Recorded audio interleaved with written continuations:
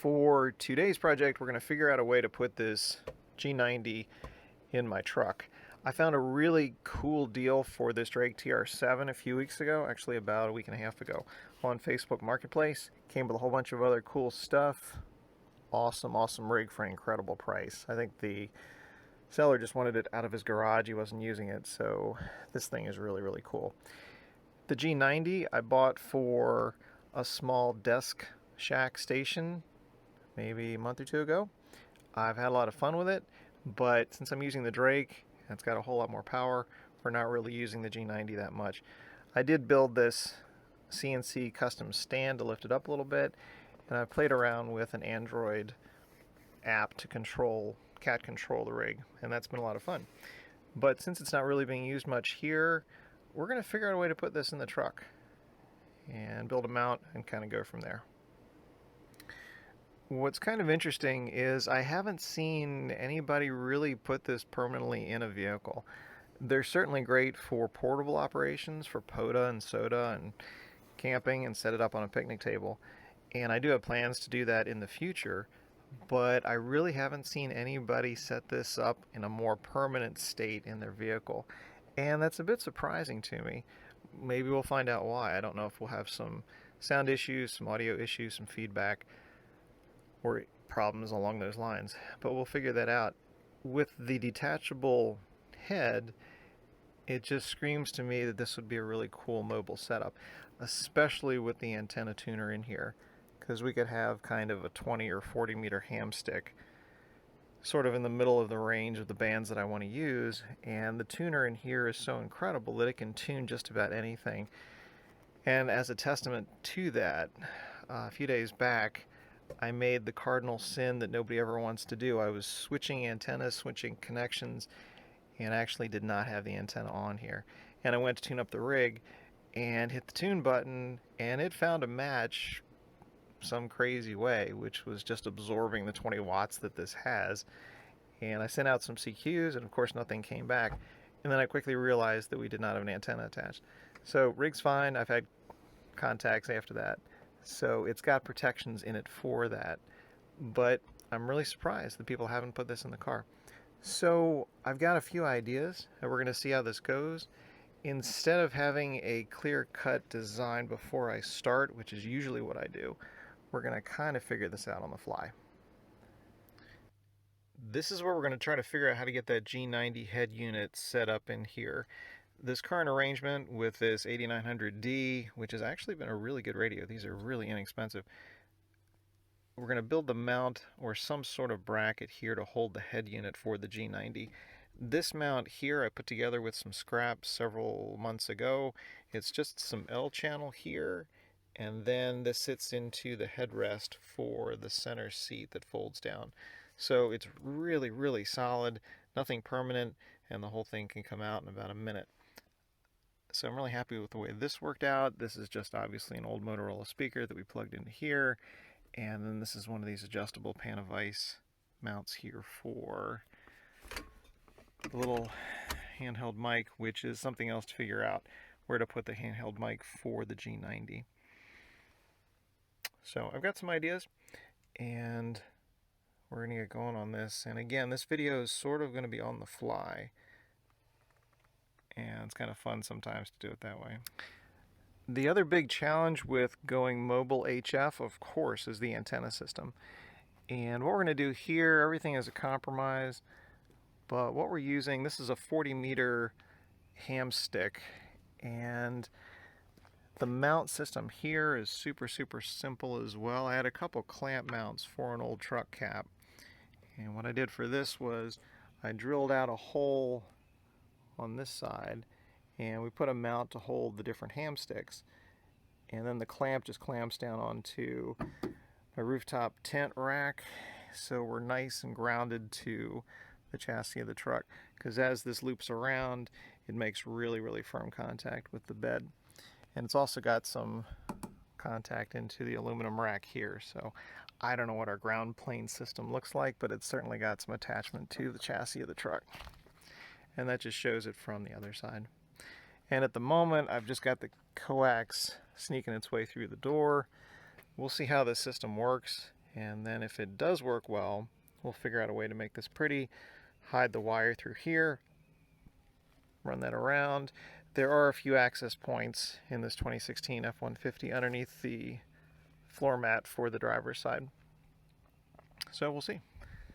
The first thing we need to do is take the G90 off this mount that I built. It's kind of a cool little desktop mount. I was kind of pleased with how that came out. And we may end up shifting this back into the house. We'll see how it works in the truck. But for the time being, let's get this off of here. The way I attached this mount to the rig is we used these end kind of protectors and just flipped it around and screwed that in. And then I used a bunch of washers to kind of pull that out from there. I've not taken the head unit off this yet, so I think we take these Allen head screws out and then we just take that off. Another cool thing about the G90 is it came with the extension cable for the head unit to the base unit here. Another thing to figure out is there's no speaker in the head unit.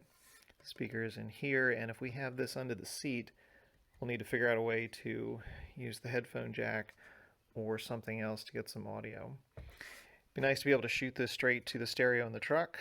In 2016, for these 150s, there's no auxiliary input, so that makes it a bit more challenging to try to get the audio through the truck speakers, but we'll figure out something. Maybe a little powered speaker, or I've got a USB Bluetooth transmitter that we might be able to shoot the signal from this Bluetooth-wise to the speakers of the truck. So we'll play around with that once we get there, but for the time being, let's get this detached and see how the head unit looks in the truck and just kind of let the ideas roll in. There's the head unit taken off, and it really could not be simpler. These little protective mounts on the front, they just go through the sides and they hold this to the base unit. These are pretty beefy. I've been impressed with this G90, and then of course this just comes out, and that is a cute little unit right there.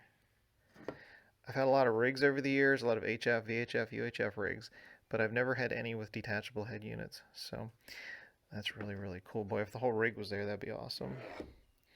And as far as mounting options here, we've got these really cool screw holes on either side, which gives us lots of opportunities to mount that inside the truck. So let's take this out there, hold it in some different orientations, and see what we can figure out. Alright, so we've got our head unit here, and we've got this 8900D that's mounted to our DIY bracket below it. I think something along these lines would make sense. Actually, no, we can't do that because we've got to get our mic into the side. So that would have to be over there. As far as the speaker goes, I also wonder if we could just split the headphone out and run that to the Motorola speaker there. That's something else we'll have to try. Alright. And as far as the bend on the mic, I don't know how far we can tweak that down.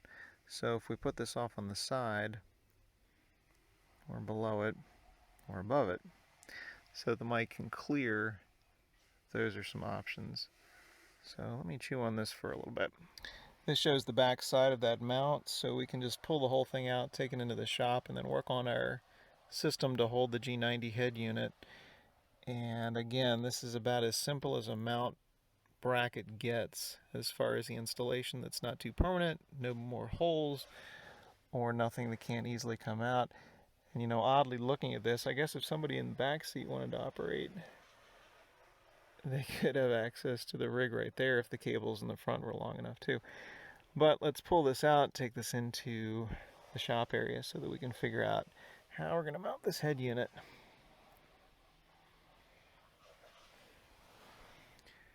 Another view of this mount makes it really, really easy just to set up on the bench to make adjustments and modifications. Sometimes really simple solutions jump out at you, and since we had some space between the top of the seat and the mount here, we had a little bit of room here. rather than trying to get something up high here with longer brackets and then dealing with the speaker here with the mic cord that comes out on the right hand side. That this seems to be pretty simple, and this is just using zip ties. I need to get some more. These are the last little ones that I had here. It'd be nice if these were black, but we could easily replace those with black zip ties. And that's not going anywhere. I mean, it's really, really solid. And it'll also be pinched between the top of the seat and the mount here. Another nice benefit of this is we've got easy access to the plug for the head unit, so we can just drop that cable down through the back. So I had plans to design some sort of metal bracket that would be much, much more involved, but we'll see how this works. So let's take this out, put this in, slide it down into the headrest holes, and just see how that looks. At the moment, I think that looks pretty cool. There's the G90 tucked in on those two shafts. So we're kind of permanently seated in there. I think the next step is to put the base unit underneath the seat, run some wires, and see how this fits and how this actually works. I'm okay with the way this looks right now. It's a little bit cramped, and usually I like to have things laid out really neatly. I still have access to everything I need to get to. We can reach the buttons on the bottom of the rig here, although with the hand mic you can control everything that you need to. So there's really not a need to get to these, but this is a nice place. You can reach your hand here, touch the top buttons if you want to, touch the knobs. I can still get to the climate control for the truck and reach the ones I need to reach there.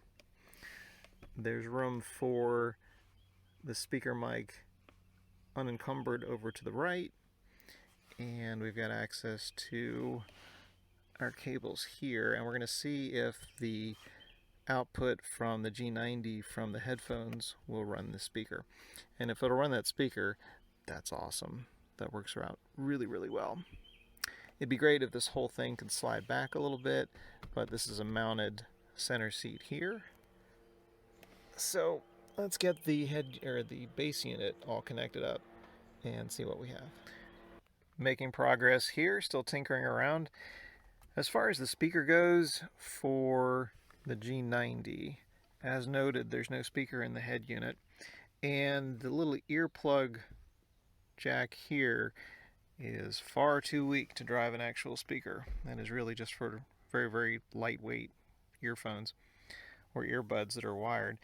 So in order to get sound so we can hear it, the switch with the G90 is you can push this button in or push this button out, and it will switch to the headphone or the speaker that is actually in the unit itself, which is currently on the floor behind my seat. And we'll have to figure out a way to mount that permanently under the seat or somewhere near the floor. But figuring out a way to easily have volume up here is what I wanted to do.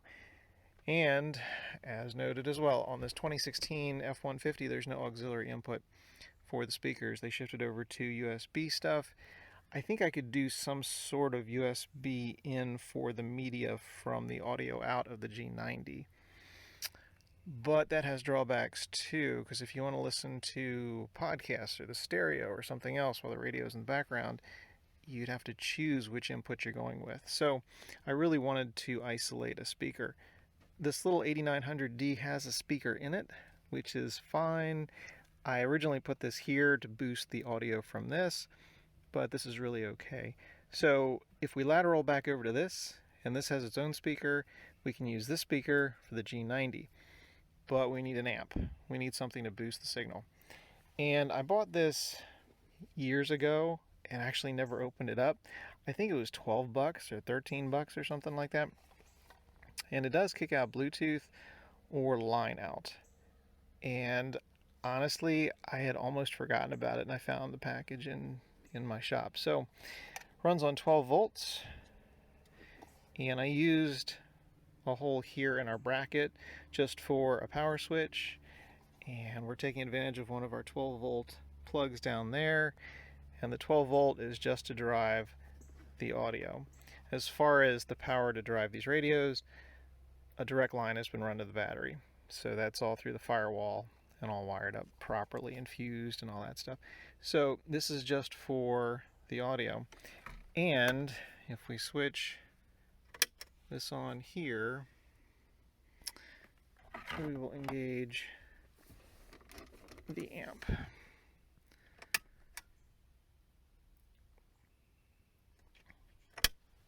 Should engage the amp. Let me check that connection into the back of our amp. I think I know what's going on with that. So that'll be our power switch for the amp. That'll drive the speaker in the back, and we'll have audio there. Let me see what's going on with this. And following up on the powering for the amp, the ignition was turned off. So after 15 minutes with the 150, it turns off the power to the 12 volt supplies. So we push that there, this comes on, and we've got lots of inputs here. So I don't know what all the colors mean. We can go to mode. This is just the line input, and I don't have the speaker wired in this yet, but we've got line, and I think this also it's got a radio in it, and it's got Bluetooth and some other funky things. And like I said, I think I spent about $12 or $13 on this. It was really cheap. Waited a while for it. Probably came from AliExpress or something like that. But you never know when you use this stuff. So let's turn this off. So that goes off. Let me wire in the speaker, figure out where I'm going to put this. I think temporarily we're just going to bolt it to here, and we'll see how all this stuff works. And then we can neaten this up and tuck these things away. As far as band conditions go, I was playing with the G90 a little while ago. Did not hear many stations. It's a very warm, humid afternoon, middle of the day. We're also in a very low spot here, so signals don't do too well in the driveway. A lot of trees, a lot of hills, a lot of houses, very, very, very low. Even my dipoles in the backyard during the day often struggle a little bit. So let's get this cleaned up, bolted down, and go from there. So this will be our setup for a while. We'll see how this goes. Think of ways to improve it, ways to clean it up. But I think that looks certainly usable. And kind of an interesting arrangement to set this up in the car. As far as the microphone stalk, this is just a pan of ice, so this is fully adjustable and we can shift these things all around. I just bent a little clip that I had in the junk drawer here to hold the mic for the G90. So it's just a temporary thing there, although temporary things sometimes turn out to be a little bit more permanent. But let's see what we've got going on. So, as noted earlier, the bands are kind of quiet. Let's pull the seat up a little bit for comfort and turn this on and see what we've got going on. So, turn on the G90, and we need to turn on our amp here because obviously there's no sound at the moment. So let's kick this on. So you're on there. Tooth mode. And we need to go to Line in. our line input. And there's our line input.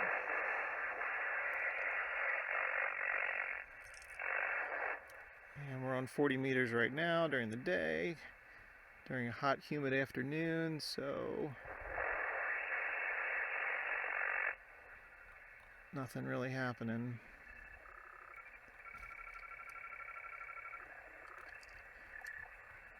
So, and I won't go through all the displays or all the options on the G90 because there are lots of videos that show how all that works.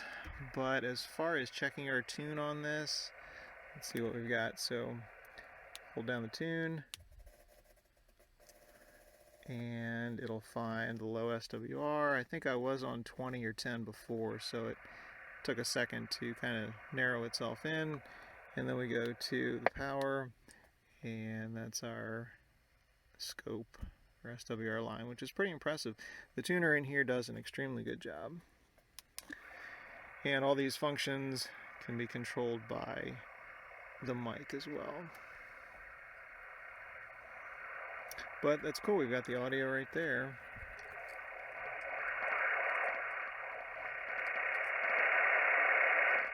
and that'll get pretty loud. So cool. All right. Again, not too many setups that I've found where people put a G90 in a vehicle in a more permanent way. So we'll see how this goes. I don't know what kind of engine whine or noise it'll pick up, but all this stuff can be taken out pretty quickly too. So we'll keep things updated. Thanks very much for taking a look.